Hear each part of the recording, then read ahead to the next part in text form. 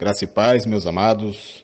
Grande abraço do pastor Reinaldo Ribeiro para todos vocês e a nossa gratidão, nosso respeito, nosso carinho e o nosso aplauso, né? Aqueles que têm a oportunidade de estar conosco, compartilhando do grupo Teólogos da Verdade, têm testemunhado como Deus tem trabalhado no nosso meio, levantado grandes mestres, ensinadores, pastores, líderes, irmãos e irmãs, conhecedores da palavra de Deus, que tem trazido um ensinamento celestial para os nossos corações. Eu tenho aprendido muito com os irmãos e muito humildemente me posiciono aqui na condição de cooperador desta obra.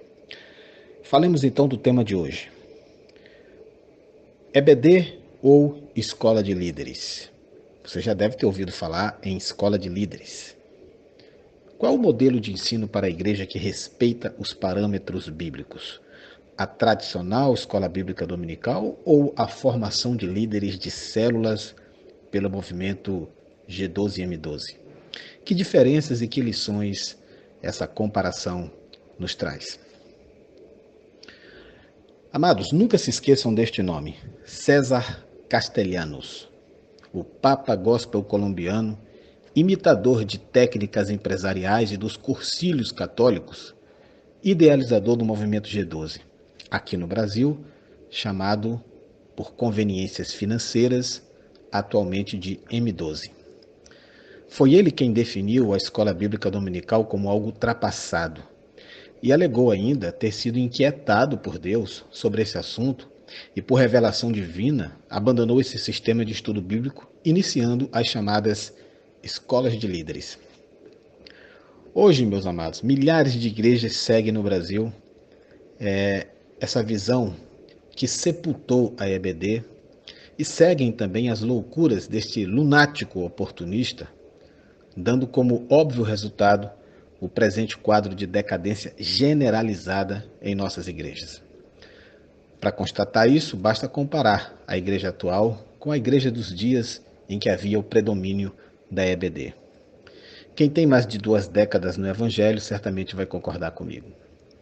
Na estrutura de uma igreja em células, as reuniões que mais edificavam, como cultos de ensinamento, cultos de oração, EBD, são completamente abolidos e dão lugar às células durante a semana, restando apenas um culto, que é chamado de culto de celebração, o qual também é carregado de outras anomalias que não cabem abordar agora por não terem ligação com o tema em questão.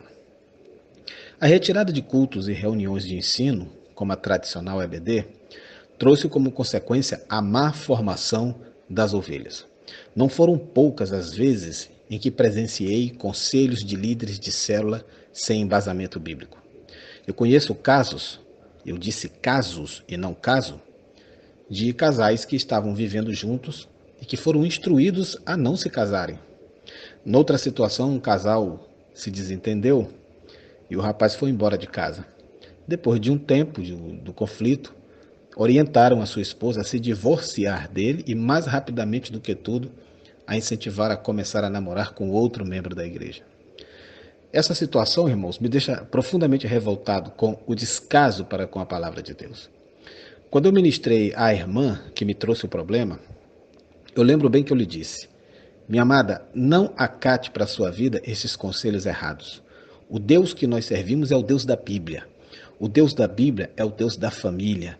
Ele vai restaurar o seu casamento. Não destrua a sua família. Porque este é o propósito diário de Satanás e jamais algo vindo de Deus seguiria nessa direção. Depois de alguns meses, para a glória do Senhor, eles se acertaram e até hoje estão muito bem. Outros sintomas, irmãos, dessa falta de conhecimento bíblico são as constantes confusões teológicas. Um jovem membro de uma célula gedosista, recentemente, por exemplo, me enviou diversas mensagens pedindo esclarecimento pastoral, porque ele achou estranho demais as orientações e atitudes que ele tem observado no seu líder de células. E ele me narra que os 12 da chamada célula de primeira geração tinham pouca, ou melhor, nenhuma informação escatológica. Ficavam perdidos, por exemplo, quando as testemunhas de Jeová batiam em suas portas. Em uma célula, um visitante perguntou ao líder: esse negócio de trindade é verdade? É verdadeiro? e o líder respondeu que não, que é coisa de igreja católica. Um outro caso que merece registro aqui foi uma ocasião, depois de uma pregação que eu fiz com o tema Os Sonhos de José. Um dos irmãos, um dos membros daquela igreja que estava ali, há uns 2 anos mais ou menos, e já era formado por esta tal escola de líderes, ele me parou no final do culto e me disse maravilhado que ele nunca tinha ouvido falar da história de José do Egito. Pasmem os irmãos. Então pode parecer que eu estou exagerando até para alguns, mas depois de mais um caso que eu presenciei, eu percebi que faltava um acompanhamento de ensino bíblico para essas pessoas, porque elas terminavam essa tal escola de líderes, cuja duração costuma ser de aproximadamente 1 ano, e depois não faziam mais nada, senão frequentar células e reuniões de 12. O meu coração, irmão, se entristeceu de tal forma que eu não consigo expressar aqui, e desde então eu passei a lutar muito mais intensamente pelo fortalecimento da escola bíblica dominical e pelo fim dessa tal de escola de líderes, que na verdade é uma escola de hereges, porque na maioria dos casos que eu já pesquisei, é justamente isso que acaba acontecendo. Para se ter a dimensão do descaso para com o ensino, um dos representantes internacionais do G12, o famoso Larry Stockstill, que é pastor da Baton Rouge Prayer Center, em Baton Rouge, na Louisiana, nos Estados Unidos, ele faz uma declaração intrigante. Ele diz que uma das maneiras de evitar doutrinas erradas é não haver ensino nenhum. Então, com essa estratégia, esse líder passa a ser o único que elabora os ensinamentos e repassa para as gerações de 12. Assim acontece com as células. O que ele coloca no papel fica como padrão, e a igreja cresce sem um fundamento abrangente da palavra, e apenas com uma ração pobre que lhes é oferecida semanalmente. Sim, irmãos, ração pobre, pois não é uma refeição que sustenta genuinamente o corpo, não é o verdadeiro maná descido dos céus, não é a palavra de Deus. O modelo celular, ele segue dividindo opiniões, gerando controvérsias, jogando pastores contra pastores e alimentando uma série de versões desencontradas. Existe uma aura mística em torno da multiplicação celular e uma forte ênfase no crescimento, mas não no pastoreio. A preocupação apenas em multiplicação, como se o ministério pastoral tivesse metas de produtividade a atingir. Não há nada de errado em dividir a igreja em grupos de estudo. O que me preocupa são essas aberrações teológicas e o desvio eclesiológico. Esse movimento ele segue tendências contemporâneas de interpretação, mais especificamente a subjetividade e a relatividade na interpretação e na aplicação dos textos bíblicos. Quando uma pesquisa teológica é feita sem paixões celulares, descobre-se que nunca a Igreja de Jesus usou tais métodos de expansionismo para a Igreja. O que nós temos hoje é pura conjectura antibíblica e nada mais. Muitas igrejas perderam seu estilo, voltaram-se ao paganismo destrutivo. Essas escolas de líderes, irmãos, são nocivas porque elas reproduzem e treinam mentalidades para este tipo de entendimento. Lá, eles lavam cérebros numa escala industrial para que estes se tornem lavadores de cérebros também. O negócio agora são as multidões. Isso é tudo que interessa ao modelo celular. Números, somas, inchaços. Escola dominical é coisa do passado. Não interessa aos profetas da modernidade. Agora em seu lugar estão as famosas escolas de líderes. Cultos domésticos, nem pensar. Isso é coisa de crente velho. O negócio agora são as células. Coral. Isso é arcaico. O negócio agora é música gospel pesada. Todos são obrigados a participar da visão celular. Quem não for, é porque ele é desobediente e não passa de um religioso que não conhece a visão de Deus. Quem quiser aderir a partir de agora ao novo modelo, amém. Quem não quiser, é livre para tomar sua decisão. Traduzindo, a pessoa deve ir embora da igreja. Célula passou a ser a única forma de uma igreja trabalhar e crescer. Aliás, o Espírito Santo passou a ser secundário nessas igrejas, porque criam-se células, se estabelecem alvos numéricos de crescimento, assim quem converte não é o Espírito Santo, quem converte é o método. Lamentável isso. As escolas de líderes incutem uma paixão cega por esta visão nas pessoas. E elas passam a acreditar que possuem a melhor revelação de Deus, a melhor visão, a melhor estratégia. E movidos por essa paixão, procuram persuadir cada pessoa a ser um líder, com a ideia de que a mesma tem um chamado para ganhar uma cidade, uma multidão. Mas a palavra de Deus, irmãos, ela nos ensina que separar um líder é bem mais do que tornar alguém apto para cuidar de uma célula. É muito mais do que uma questão de conhecimento teológico. Ser líder é atender ao chamado de Deus e negar a si mesmo. Leiam, meus amados, Efésios 4:11. Nem todos recebem de Deus este chamado. Nem todos estão preparados. Nem todos têm o tempo certo de maturação. Leia 1 Timóteo 3:6.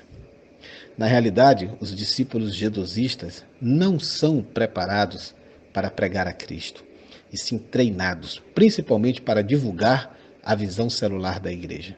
É igual ao treinamento de vendedores de um produto.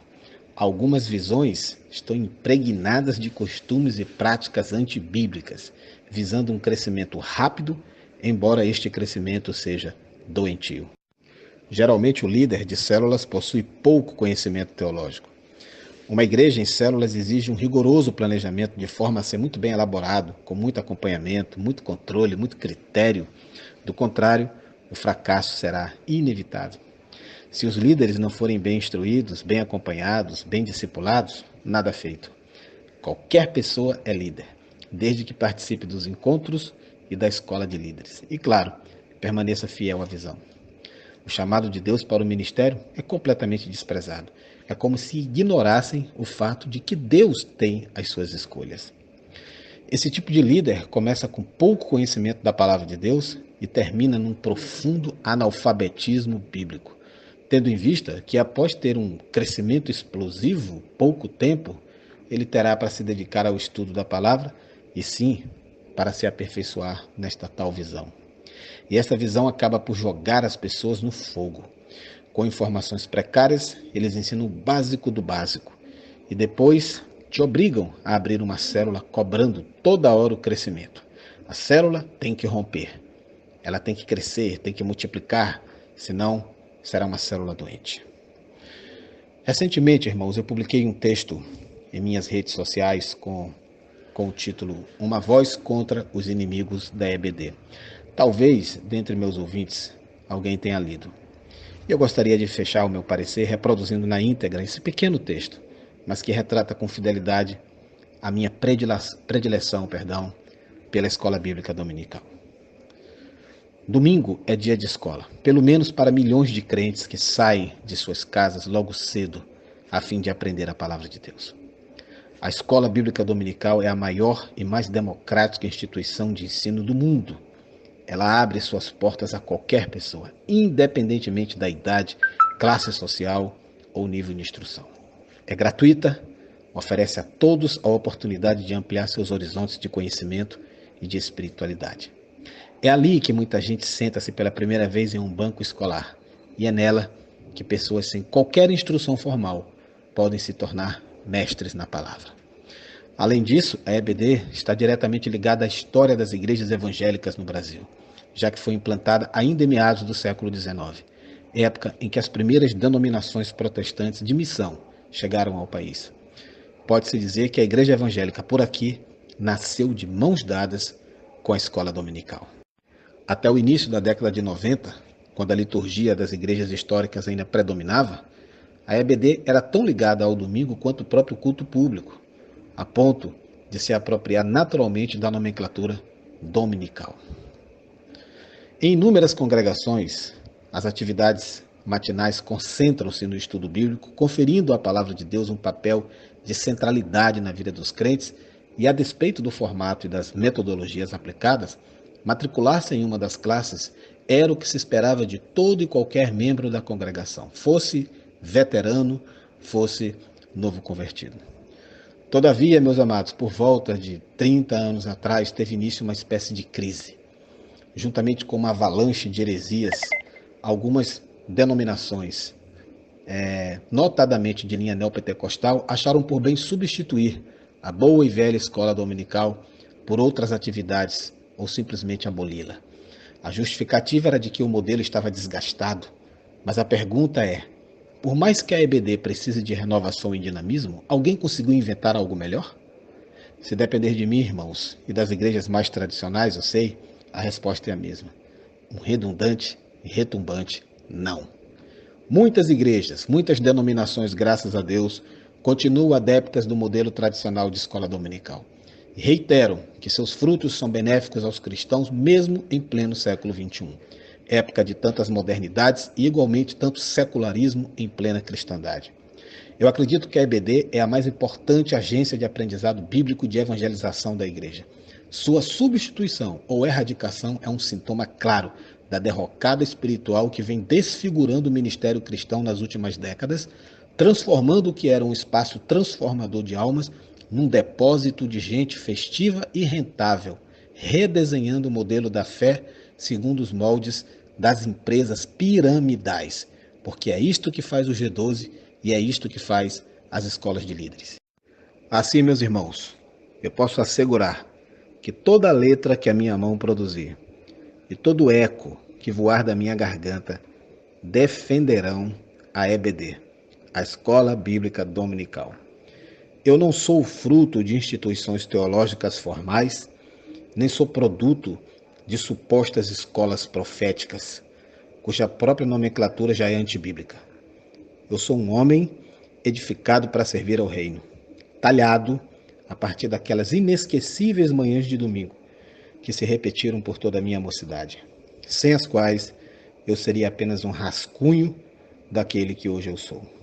Logo, por razões não retóricas, mas apologéticas e de cunho existencial latente, eu estarei sempre na vanguarda daqueles que lutam pela preservação da escola bíblica dominical e pela erradicação de todas as vozes que ousam querer erradicá-la.